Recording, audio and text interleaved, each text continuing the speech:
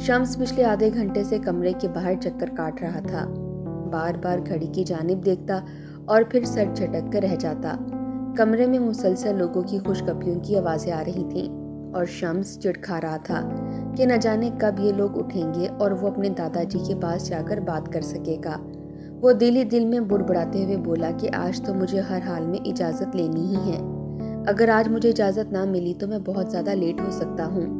پھر میں نے اپنے دوست سے بھی وعدہ کر رکھا ہے کہ میں ہر حال میں ضرور آؤں گا۔ وہ کوئی بچہ تو نہیں تھا، مگر پھر بھی سب کی منتیں کرنی پڑ رہی تھیں۔ سب سے پہلے تو اس نے اپنے ابا کے پاس جا کر ان سے کہا تھا کہ ابا جی مجھے لاہور جانے کی اجازت دے دیں۔ شمس کی بات پر ابا نے چہرہ گھما کر اس کی جانب دیکھا تھا۔ ان کی نظریں شمس کے چہرے پر نہیں پڑی تھیں کیونکہ وہ نابینا تھے، بہت کم ہی انہیں اپنی آنکھوں سے نظر آتا تھا۔ وہ دیکھ تو کہیں اور رہے تھے مگر مخاطب شمس سے ہی تھے۔ کہنے لگے کہ لاہور جا کر کیا کرنا ہے تجھے؟ ابھی پچھلے ہفتے ہی تو اپنے دوستوں کے ساتھ گھومنے پھرنے گیا تھا۔ ابا کی بات سنی تو شمس نے گہری سانس خارج کی اور پھر کہنے لگا کہ ابا، وہ میرے دوست کی شادی ہے لاہور میں۔ اتنا سننا تھا کہ ابا اپنی لاٹھی ٹیک کر کھڑے ہوئے۔ کہنے لگے کہ لاہور میں تیرا کون سا دوست ہے؟ جہاں تک مجھے یاد ہے تیرے سارے دوست تو یہیں فیصل آباد میں ہی ہیں، پھر یہ لاہور سے تیرا کون سا دوست نکل آیا ہے؟ ابا کی بات پر شمس سر کھجا کر رہ گیا تھا۔ کہنے لگا کہ ابا جی، پچھلی دفعہ جب میں اپنے دوستوں کے ساتھ لاہور مری وغیرہ گھومنے کے لیے گیا تھا تو تب وہیں پر میری دوستی ایک لڑکے سے ہو گئی تھی۔ اب اس کی شادی ہے اور وہ مجھے اپنی شادی پر بلانا چاہ رہا ہے۔ آپ مجھے اجازت دے دیں تاکہ میں اپنے دوست کی شادی اٹینڈ کر سکوں۔ اس نے ہم سبھی دوستوں کو شادی سے ہفتہ پہلے بلایا ہے۔ میرے سبھی دوست جا چکے ہیں، صرف میں ہی باقی بچا ہوں۔ شمس کے والد نے جب یہ سنا تو اگلے ہی پل گلا کھنکار کر کہنے لگے کہ بیٹا تو جانتا تو ہے نا میری کیا حالت ہے، اور تیری ماں، اس کی کیا حالت ہو چکی ہے۔ اس کے باوجود تو چاہتا ہے کہ تجھے ہم لاہور جانے کی اجازت دے دیں۔ شمس نے یہ سنا تو ایک گہری سانس خارج کر کے رہ گیا۔ شمس کے والد نابینا تھے جبکہ اس کی ماں کے پیٹ میں پانی بھر چکا تھا۔ ہر وقت بستر پر لیٹی رہتی تھیں، درد سے کراہتی رہتی تھیں۔ صرف اتنا ہی نہیں، منہ کو لکوہ بھی ہو چکا تھا، ٹھیک سے بول بھی نہیں پاتی تھیں۔ اس لیے ماں باپ کا خیال شمس کو ہی رکھنا پڑتا تھا۔ چھوٹی عمر سے ہی وہ تمام تر ذمہ داریاں سنبھال رہا تھا، مگر اب وہ اپنے دوست کی شادی پر ہر حال میں جانا چاہتا تھا۔ لیکن کیسے؟ اس کے باپ نے تو صاف انکار کر دیا کہ بالکل بھی نہیں، گھر رہو، تمہارے جانے کے بعد تمہاری ماں کا خیال کون رکھے گا؟ مجھے بھی کچھ ٹھیک نظر نہیں آتا۔ شمس نے تو ضد ہی پکڑ لی، مگر اس کے ابا نے صاف منع کر دیا تو وہ سیدھا اپنی ماں کے پاس چلا گیا۔ جا کر اپنی ماں راشدہ کے پیر دبانے لگا۔ بیٹے کو اپنے پیروں کی جانب بیٹھا دیکھ کر اٹکتے ہوئے انداز میں راشدہ کہنے لگی کہ کیا بات ہے بیٹا، بڑے اداس سے لگ رہے ہو۔ شمس نے گہری سانس خارج کی اور کہنے لگا کہ اماں، مجھے اجازت لے دو نا، میں لاہور اپنے دوست کی شادی پر جانا چاہتا ہوں۔ ہر وقت گھر میں ہی تو رہتا ہوں، آپ کی خدمت کرتا رہتا ہوں، آپ کو کھانا کھلاتا ہوں، گھر میں جھاڑو پوچھا بھی کر دیتا ہوں۔ حالانکہ یہ کام لڑکیوں کے ہیں، مگر اب چونکہ میری کوئی بہن نہیں ہے اس لیے چپ چاپ سب کچھ کرتا رہتا ہوں۔ ابا سے اجازت لے دو نا کہ وہ مجھے لاہور جانے کے لیے اجازت دے دیں۔ اتنا سننا تھا کہ راشدہ کے چہرے پر ہلکی سی مسکراہٹ آئی۔ اس نے اپنے شوہر سے منت سماجت کی مگر وہ نہ مانا۔ کہنے لگا کہ نہیں، یہ کہیں نہیں جائے گا۔ میرے دل میں عجیب سے وسوسے آ رہے ہیں، ایسا لگتا ہے جیسے یہ وہاں گیا تو کچھ عجیب و غریب سا ہو جائے گا۔ میرا دل مطمئن نہیں ہے۔ فون پر ہی اپنے دوست کو مبارکباد دے لے۔ جب اجازت نہ ملی تو وہ سیدھا اپنے چچا کے پاس چلا گیا۔ چچا سے جا کر کہنے لگا کہ ابا سے اجازت لے دیں، مگر اس کے ابا کے سامنے کس کی چلتی تھی؟ کوئی بھی نہ مانا تو اب وہ اپنے دادا کے کمرے کے باہر کھڑا تھا، جہاں پر پچھلے 2 گھنٹے سے وہ اپنے دوستوں کے ساتھ خوش گپیوں میں مصروف تھے۔ جب لوگ اٹھ کر گئے تو وہ سیدھا اپنے دادا کے پاس گیا، جا کر دادا کے قدموں میں بیٹھ گیا اور ان سے کہنے لگا کہ پلیز مجھے ابا سے اجازت لے کر دے دیں، میں دوست کی شادی پر جانا چاہتا ہوں۔ مگر ابا ہے کہ مانتے ہی نہیں ہیں۔ دادا کو تو ویسے بھی اپنے پوتے سے بڑی ہی محبت تھی، اس لیے کہنے لگے کہ تم فکر مت کرو، میں تمہارے ابا سے تمہیں اجازت لے کر دے دیتا ہوں۔ جب باپ کے بھی باپ نے شمس کے والد سے بات کی تو مجبوراً اس کے والد کو اجازت دینی پڑی۔ شمس خوش ہو چکا تھا مگر اس کے والد ایک گہری سانس خارج کر کے بولے کہ بیٹا، تمہاری ماں کی طبیعت بہت خراب ہے، ایک نظر اسے ہی دیکھ لو۔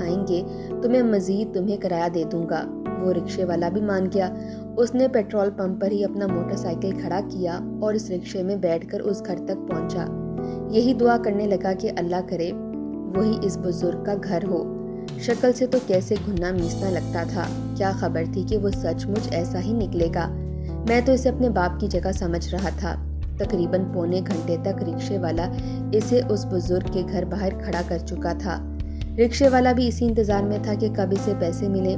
دروازے پر دستک دینے کے بعد ایک نوجوان لڑکے نے دروازہ کھولا تھا۔ دروازہ کھلتے ہی شمس نے اس سے اس بزرگ شخص کے بارے میں پوچھا۔ وہ لڑکا کہنے لگا کہ وہ تو میرے دادا لگتے ہیں۔ جب شمس نے انہیں بتایا تو وہ ایک پل کو بکھلایا تھا، کہنے لگا کہ نہیں، میں نہیں مانتا، میرے دادا نے ایسا نہیں کیا ہوگا۔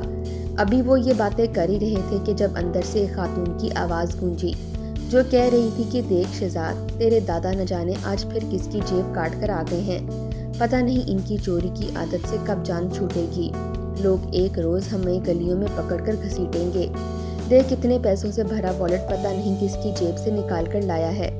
یہ الفاظ شمس سن چکا تھا۔ جب اس نے اندر سے خاتون کی آواز سنی تو اگلے پل اس لڑکے کو دھکا دے کر پیچھے ہٹایا اور گھر میں داخل ہو گیا۔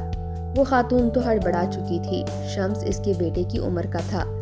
شمس اس عورت کے پاس جا کر کہنے لگا کہ خالہ یہ پیسے میرے ہیں، ان کو میں اپنے موٹر سائیکل پر بٹھا کر یہاں لایا تھا اور بیگ سے پیسے انہوں نے ہی نکال لیے۔ یہ دیکھ کر وہ خاتون تھوڑی شرمندہ سی ہوئی تھی۔ شرمساری سے شمس سے معافی مانگنے لگی، مگر شمس نے جلدی سے اپنے پیسے واپس لیے، رکشے والے کو کرایہ ادا کیا اور واپس پیٹرول پمپ تک پہنچا تھا۔ اس نے تو آج ہر حال میں اپنی دوست کی شادی پر لاہور پہنچنا تھا۔ بھوک سے بھی اس کا برا حال تھا۔ وہ وہاں سے سیدھا ایک ڈھابے پر گیا اور وہیں سے تھوڑا بہت کھانا کھانے لگا۔ ابھی کھانا کھا ہی رہا تھا کہ وہاں پر بیٹھے ہوئے دو پہلوان نما انسان آپس میں جھگڑ پڑے۔ اپنا آرڈر بیک وقت دیا تھا، مگر بیرے نے پہلے آرڈر دوسرے پہلوان کو دے دیا۔ اس بات پر وہاں پر اچھا خاصا دنگا فساد کھڑا ہو چکا تھا۔ سامان کی توڑ پھوڑ جاری تھی۔ عین اسی وقت وہاں پر پولیس بھی آ گئی۔ بہت مسئلہ ہو چکا تھا، کسی کو بھی وہاں سے جانے نہیں دیا جا رہا تھا۔ رات کے 8 بج چکے تھے اور شمس ابھی تک وہیں پر قید بیٹھا تھا۔ بار بار اس کے دوستوں کی کال آ رہی تھی کہ تم کہاں ہو، آج مائیوں کا فنکشن ہے، کل مہندی ہے، ہم تمہارا ہی انتظار کر رہے ہیں، مگر تم تو نہ جانے کہاں رہ گئے ہو۔ شمس تو اپنا سر پکڑ کر رہ چکا تھا، کہنے لگا کہ بس میں پہنچنے ہی والا ہوں، مگر یہ مصیبتوں پر مصیبتیں نہ جانے مجھے کیوں گھیرے ہوئے ہیں۔ جیسے تیسے رات کے 9 بجے اس ڈھابے سے نکلا تھا۔ اسے تو یہ کھانا بہت مہنگا پڑ چکا تھا۔ وہ اپنی بائک پر بیٹھا رات کو سفر کر ہی رہا تھا کہ لاہور آنے میں ابھی بھی 2 گھنٹے باقی تھے۔ کچھ دوری پر جا کر ہر سو اندھیرا چھا گیا۔ اسے تو یوں لگ رہا تھا جیسے وہ راستہ ہی بھٹک چکا ہے۔ چلتے چلتے اس کی موٹر سائیکل کی ہیڈ لائٹ ہی خراب ہو گئی۔ اندھیرے میں آخر وہ کیسے چلتا؟ اس نے مشکل سے اپنی موبائل کی ٹارچ لائٹ آن کی اور سفر جاری رکھا۔ موبائل کی بھی بیٹری آدھے گھنٹے کے بعد بالکل ڈیڈ ہو چکی تھی اور وہ اپنا سر پکڑ کر رہ گیا کہ کون سی گناہ کی سزا اسے آج مل رہی ہے۔ آخر اس کی غلطی کیا تھی؟ نہ ہی وہ کسی سے رابطہ کر سکتا تھا اور نہ ہی وہ کسی سے مدد مانگ سکتا تھا۔ اندھیرے میں ہی وہ اپنی بائک سے اترا اور دھیرے دھیرے بائک کے ساتھ چلنے لگا۔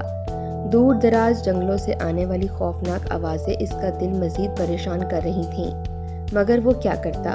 وہ تو اپنے دوست کی شادی اٹینڈ کرنے جا رہا تھا جو اسے کافی مہنگی پڑ چکی تھی۔ رہ رہ کر اسے اپنے ابا کی بات یاد آ رہی تھی۔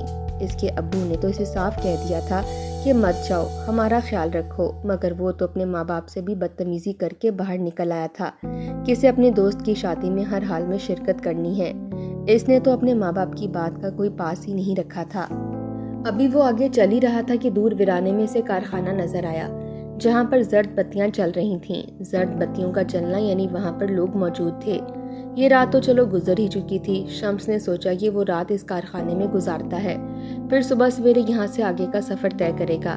اسے نیند بھی آ رہی تھی۔ وہ اپنی بائک کو لیے وہاں کارخانے میں آ چکا تھا۔ کارخانے میں ابھی اس نے جیسے ہی قدم رکھا تو وہ کافی پرانا کھنڈر نما لگ رہا تھا۔ وہاں پر سوائے کباڑ کے اور کچھ بھی نہیں تھا۔ اسے وہاں پر لوگوں کی بولنے کی بھی آواز آ رہی تھی۔ اس نے وہاں پر لوگوں کو آواز دی کہ کوئی ہے، میں یہاں پر ایک رات گزارنا چاہتا ہوں، بھٹکا ہوا مسافر ہوں۔ اس کی آواز سن کر ایک دم سے کارخانے میں بالکل خاموشی چھا چکی تھی۔ اس کو تھوڑا ڈر بھی لگ رہا تھا، مگر تبھی ایک جانب سے 2 لوگ باہر نکل کر آئے۔ شمس کو دیکھا تو اس سے مصافحہ کرنے لگے، کہنے لگے کہ آ جاؤ، یہ کارخانہ تم جیسے لوگوں کے لیے ہمیشہ سے ہی کھلا ہوا ہے، ہمیں بھی اپنی مہمان نوازی کا موقع دو۔ شمس ان کی باتیں سن کر تھوڑا مضطرب سا ہوا تھا، کیونکہ ان کا لہجہ تھوڑا عجیب سا تھا، مگر پھر بھی خیر رات تو گزارنی تھی۔ وہ ان کے ساتھ چلتا ہوا آیا، ایک بڑے سے ہال نما کمرے میں آیا۔ وہ سبھی بیٹھے تھے زمین پر ہی، بستر بچھے ہوئے تھے، ان کے سامنے تاش کے پتے پڑے تھے اور کانچ کی بوتلیں بھی ایک سائیڈ سے نظر آ رہی تھیں، مگر ایسا لگ رہا تھا جیسے شمس کو دیکھ کر ان بوتلوں پر کپڑا ڈال دیا گیا ہو۔ شمس کو اپنے پاس بٹھا کر اسے پوچھنے لگے تو شمس نے اپنے پورے دن کا احوال انہیں سنا دیا کہ کیسے وہ اپنے دوست کی شادی کے لیے گھر سے نکلا تھا، مگر یہ سب کچھ ہو گیا۔ وہ شخص کہنے لگے کہ خدا نے شاید تمہاری ملاقات ہم سے کروانی تھی، تبھی تمہاری قسمت اچھی ہے جو تم ہمیں مل گئے۔ شمس مسکرا اٹھا، کتنی دیر ان لوگوں سے باتیں کرنے لگا، پھر وہ لوگ شمس کو مشروب دینے لگے، کہنے لگے کہ یہ پیو میاں، تھوڑا سکون محسوس کرو گے، پھر سو جاؤ۔ وہاں پر پڑا ہوا نیا بستر اور کمبل نکال کر شمس کو دیا گیا تھا۔ شمس بھی ان لوگوں کی مہربانی دیکھ کر مسکرا اٹھا۔ پیاس اسے بھی لگی تھی، ان کا دیا مشروب اس نے ایک ہی سانس میں پی لیا۔ نیند کا غلبہ اس پر حاوی ہونے لگا تھا۔ اس نے بستر اور کمبل کو لیا اور وہیں ایک جانب زمین پر بچھا کر سو گیا۔ اپنے موبائل کو بھی چارج اس نے وہیں پر لگا دیا تھا۔ وہ ایسا سویا کہ جیسے مدتوں کا تھکا ہارا ہو۔ جب اس کی آنکھ کھلی تو اس کے ارد گرد لوگوں کے چیخنے چلانے کی آواز تھی۔ ایسا لگ رہا تھا جیسے کوئی جلاد نما انسان بڑے ہی ظالم طریقے سے کسی کو مار رہا ہو۔ مارنے کی آواز سن کر تو اس کی حالت خراب ہو چکی تھی۔ اگلے پل ہڑبڑا کر اس نے آنکھیں کھولیں، مگر اسے اپنا سر بہت وزنی محسوس ہو رہا تھا۔ آنکھیں کھولیں تو وہ جیل کی سلاخوں کے پیچھے موجود تھا۔ وہاں پر وہ 5-6 لوگ موجود تھے جو اس کارخانے میں تھے، اور ایک حوالدار ان کو بہت مار رہا تھا۔ پولیس افسر کی مار کھا کر وہ چلا رہے تھے، کہہ رہے تھے کہ معاف کر دو صاحب جی، ہماری کوئی غلطی نہیں ہے، وغیرہ وغیرہ۔ شمس تو بکھلا کر کہنے لگا کہ یہاں پر یہ سب کچھ کیا ہو رہا ہے، میں تو کارخانے میں تھا، میں یہاں کیسے آ گیا؟ اگلے ہی پل زناٹے دار تھپڑ بھاری بھرکم ہاتھ سے شمس کے منہ پر پڑا تھا۔ وہ جا کر دیوار سے لگا تھا اور ایک مرتبہ پھر بے ہوش ہو چکا تھا۔ 4 روز تک وہ وہیں پر قید رہا۔ 4 روز بعد جب پولیس انسپکٹر وہاں پر آیا تو حوالداروں سے ان سب کے بارے میں معلومات لینے لگا۔ حوالدار انہیں بتانے لگا کہ یہ لوگ ہمیں پرانے کارخانے میں ملے تھے، وہاں پر یہ لوگ چوری، جوئے بازی اور سمگلنگ کا کام کرتے ہیں، ہم نے ان کے پاس سے زیادہ مقدار میں منشیات لی ہیں۔ یہ پورا گروہ کتنے ہی مہینوں سے وہاں پر چھپ کر رہ رہا ہے۔ یہ سب کچھ سن کر شمس کہنے لگا کہ یہ سب کچھ کیسے ممکن ہے، میں تو وہاں پر ایک رات گزارنے کے لیے گیا تھا، مجھے تو مفت میں پھنسا دیا گیا ہے۔ جب شمس کا چہرہ دیکھا تو اسے پہلے شک ہو چکا تھا، کیونکہ برحال وہ مجرم اور مظلوم کو پہچانتے تھے۔ اس نے شمس سے تمام تر معلومات پوچھی تو شمس ان کو سب کچھ اول تا آخر بتانے لگا، جسے سننے کے بعد اس نے اس کا بیگ واپس لوٹا دیا، جس میں سے موبائل اور پیسے غائب تھے۔ وہ پیسے بھی ان لوگوں نے اس کے بیگ سے ہی نکالے تھے۔ جب تک پولیس افسر نے آ کر ان کی سنوائی نہیں سنی تھی، ان 3 دنوں میں شمس کو بہت زیادہ تشدد کا نشانہ بنایا گیا تھا۔ نہ ہی وہ کچھ کھا پایا تھا، نہ ہی اسے ایک پل بھی چین آیا تھا، کیونکہ حوالداروں نے اسے باقی مجرم کے ساتھ مجرم سمجھ کر بہت مارا تھا۔